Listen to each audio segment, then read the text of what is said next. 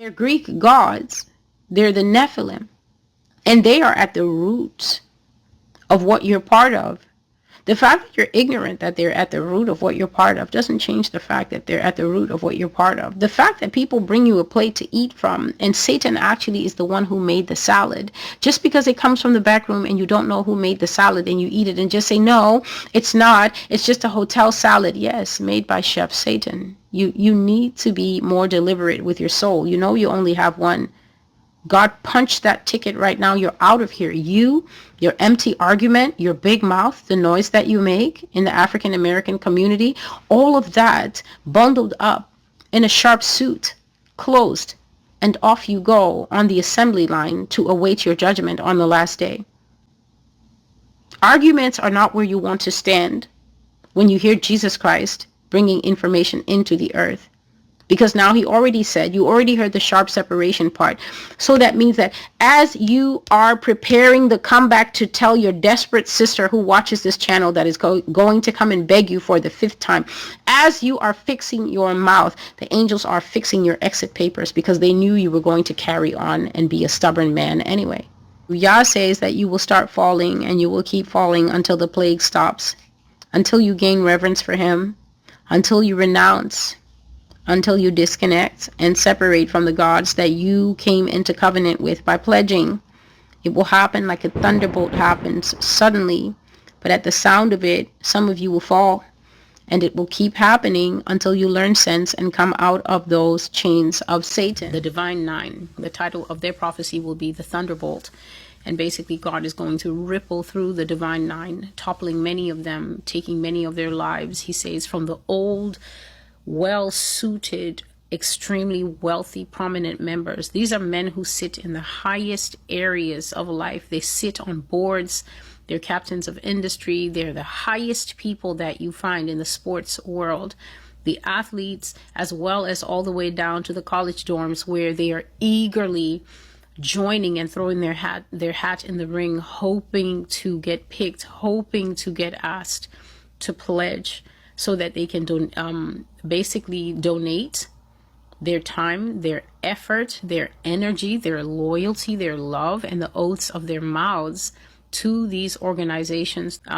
Whether they're college students, you're going to see them losing everything, including many of them, the Lord says, will be laid to rest for stubbornness. So God says, if you do not come out of these organizations that are known as the Divine Nine, this is what we're going to see going forward.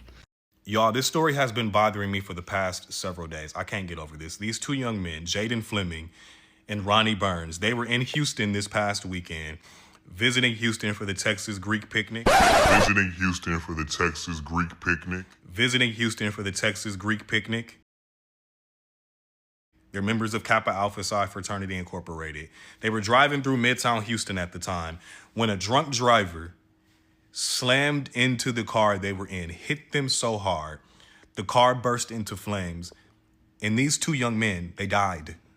They died. The Lord says that if you want to court the Hellenic gods, basically the Greek gods, which is why these are called Greek letter organizations, he is going to come in there like a rippling thunderbolt. And every single time he cracks the thunderbolt in their midst, you will see members of the Divine Nine. The Lord said you're going to see them falling, tumbling suddenly. They had just graduated from Florida A&M University, had their entire lives ahead of them. And now their families, their parents, have to bury them. They were members of the Alpha Z chapter at Florida A&M University.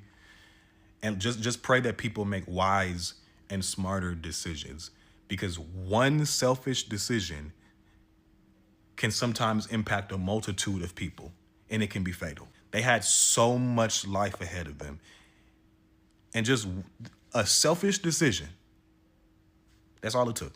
Y'all just pray, and let's just make some smart choices, y'all, all right? Best friends and fraternity brothers who were inseparable in life died together early Saturday on their way back to their Airbnb. They had a very bright future, which I was taken away from them. Leona Williams' 22-year-old son, Jaden Fleming, was looking forward to continuing his studies in Germany, while Ronnie Burns II, also 22, just landed a new job. Both recently graduated from Florida A&M University and were in Houston this weekend for the annual Texas Greek Picnic. I talked to him the Friday afternoon before, and he was very happy. Having fun. Having fun. I'm glad I was able to call them my brothers and everything, because they're just one of one people, bro. Just one of one. Like, there's no one else really like them. Investigators say the pair died around 2 o'clock Saturday morning when an allegedly drunk driver ran a red light and struck their car, which burst into flames. At the time, the suspect, identified as 21-year-old Rene Hernandez, was being chased by a Precinct 7 deputy constable for allegedly striking at least one other vehicle without stopping, in addition to running multiple lights. Hernandez is charged with 2 counts of murder since he was allegedly already committing a felony when he crashed into these friends whose lives in many ways were just getting started.